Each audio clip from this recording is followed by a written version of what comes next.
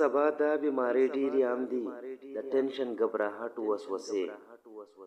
دا ټولې نفسیاتي بیماری دي او د هغې یوه غټه وجه ده د الله نه لرې کېدل د الله د دین نه لرې کېدل نن ټوله دنیا چې چا سره ملاویږي نو یې پریشانه ما او چې څوک هم د دعا د پاره یو مسلمان ته وای نو په دې کې ډېر خلک د پریشانه وای چې ډېر پریشانه ما چاته د بچو پریشانه بچی نه پرمانه دي بچی خبره نه مني بچی ورته رانیږي چاته د لونو د طرف نه پریشانه دي چاته مالی پریشانه دي تنگ دسته ده او چا نه خلکو پیسې قبضه کړې دي څوک په حرام خورۍ کې مبتلا دي چاته د خزي پریشانې دي چاته د خزي نه خاوند ته پریشانې دي چاته د گاوند پریشانې دي دې سره بسکو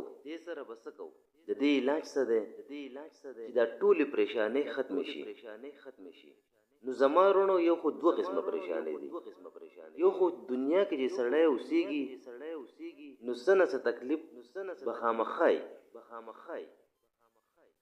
که یو سړی باغ کری ځمکه خپله ده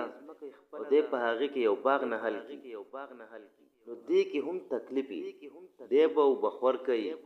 د دې باغ حفاظت به کوي د دارو درملو غم به ورله کوي د شپې به هم دی پاسې چکر به لګوي څوک د میوه ونه شو کوي مارغانو نه به یې هم ساتي نو دنیا کې چې خوشحالي سړی ته کله هم راځي او د یو باغ نه میوه حاصلوي یا هر قسم خوشحالي وي نو تکلیف بخامخای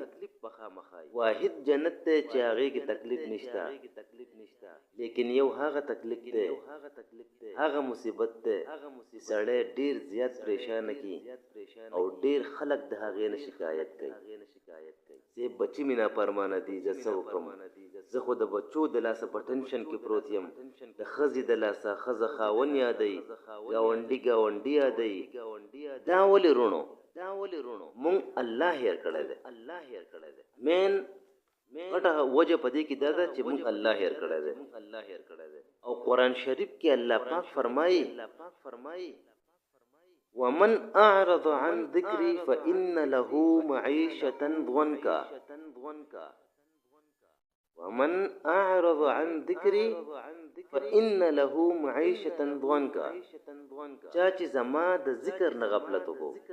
زه یې هېر کړم دنیا ته یې مخ کړه او ما ته یې شا کړه ژوند به ورله لنډ تنګ کم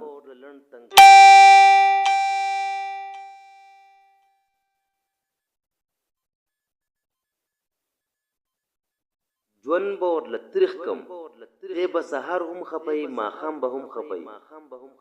دی به کور هم ژوند د ده به کور په کور کې به هم ژوند د پریشانۍ او بهر به هم ژوند د پریشانۍ او په آخرت کې چې د قیامت په ورځ دی پاسوم ونحشره یوم القیامة اعمى ونحشره یوم القیامة اعمى د قیامت په ورځ چې دی پاسوم او حساب کتاب میدان ته راجمع کو نو دی به په سترګو ړوند یړوند قال لم حشرتني اعمى وقد كنت بصيرا دی به وی الله ړوند دی ولې راپاسولم دې میدان ته مې ړوند ولې بوځې زه خو په سترګو جوړم الله وی کذالک اتتک آیاتها فنسیتها کذالک اتتک آیاتها فنسیتها تا ته زما آیاتونه درغلیو تا هیر کړی دي تا زما قرآن ته زما دین ته توجه نه وکړې زه دې هیر کړی وم وکذالک اليوم تنسا نن زمانه هم هیرې خدای هیر دا نه ده چې د خدای په یاد کې نه ده نن زه تا سره څه د رحم معامله نشم کولی لوی مصیبت نن د الله د ذکر د غفلت وجه موبایل دی خفه کېږئ مو دنیا نن په موبایل لګیا ده سهار چې پاسي ړومبۍ سترګې په موبایل لګي ماسخوتن چې وده کېږي په سینه یې موبایل پروت وي دفتر کې بابو صاحب سره موبایل، افسر سره موبایل، پلار کوسه د ټریفیک پولیس موبایل، دا ټچ موبایل او په هغه د ټول ورځ فیسبوک ته او بل شی دی سبيبا د چا جیب کې ونوینه موبایل به جیب کې پروتي خدای هیر کړو مونږه الله به مونږ سید کی الله وی فذكروني اذكركم ما یاد کزد یادوم چې تاسو ما نه یادوي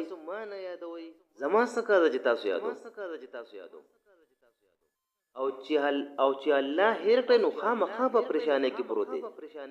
الله یاد کوي مسلمانانو زړه کې ذکر کوي تسبیح جب کې واچوي او دا الله ذکر ډېر کوي الله فرمایي زنویم الا بذکر الله تطمئن القلوب خبردار زړه سکون د الله په ذکر سره ده د ټینشن ډیپریشن د پاره یو خيسته عمل لته خیم چې کله سحر د کور وزي 2 رکعاته منځ بکوي 2 منټه به لګي او دعا بکوي د ټینشن سربا پر رزق کې برکتی او خډیر فراخ رزق به الله درکړي ويم کته په لار روانه موټر کې پټي کې هر سکار کې مشغولای یو ټکی وایا لا حول ولا قوه الا بالله لا حول ولا قوه الا بالله رسول الله مبارک وای چې لا حول ولا قوه الا بالله چې څوک وای او یو بیمارو علاج ده او یو بیمارو او په هغه ټولو بیماریانو کې وړو کې بیماری ټینشن ده زمارونو ټینشن غبرهټ انزایټي دا خو د ټولو نغټه بیماری ده او نن سبا ډیر عام ده او د دې مانس عمر خسته ده د شیطان نه خلاصې نشته مگر ستا په توفیق مطلب الله تزان وسپارو نو الله د خپل بنده سره ډیره مینه کوي هر قسم ټینشن به الله ستاسو ختمي زسو پیری بشپو ورس کی داوي لا حول ولا قوه الا بالله زسو پیری 15 منټ پستا لګي هم په دنیا خکېږي هم آخرت نو کوشش وکاو خامخای وایو او ماسختن چې راځي نو استغفار بوای استغفر الله الذي لا اله الا هو الحي القيوم واتوب اليه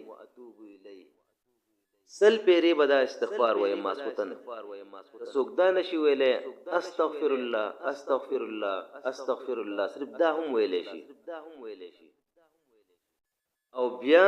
چې کلو د کېږي نو سل کرتب درود شریف وایو اللهم صل على محمد وعلى آل محمد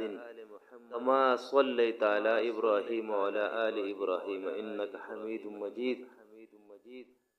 اللهم بارك على محمد وعلى آل محمد كما باركت على إبراهيم وعلى آل إبراهيم إنك حميد مجيد كسوك دانش ويلي صلى الله عليه وسلم داهم ویلې شي دا بتا د هر قسم پریشانای تکلیف مصیبت نه بتا لري ساتي او رزق کې به هم برکت ان شاء الله د دې وظیفو اهتمام وکاو او الله فرمای تکلیف برازي د تکلیف پسبا خوشحالي خامخا راځي هر مسلمان سنه تکلیف شتا چاته د بچو تکلیف چاته د مال تکلیف چا بچی نه جوړ دي چا د خزي تکلیف چاته د گاوند نه مشکلات هر چاته راځي دا دنیا ده جنت نه ده جنت هغه ده چې هغه کې به تکلیف نه هغه کې به مشکل نه جنت هغه ته وای چې هغه به همیشه خوشحالي چې دنیاي نو تکلیف بخا مخای چې هیڅ تکلیف هم نه په انسان نو بډاواله خواړو چرته تل نه ده دام لا به خامخا راټیږي د ټولو نه غټ تکلیف او مصیبت خو دغه ده علاج سنت ده او یقین په الله کې الله فرمای چې چا زما په تکلیف او سخته صبر ونکو نو ځان لدی چرته بل خدای وګوري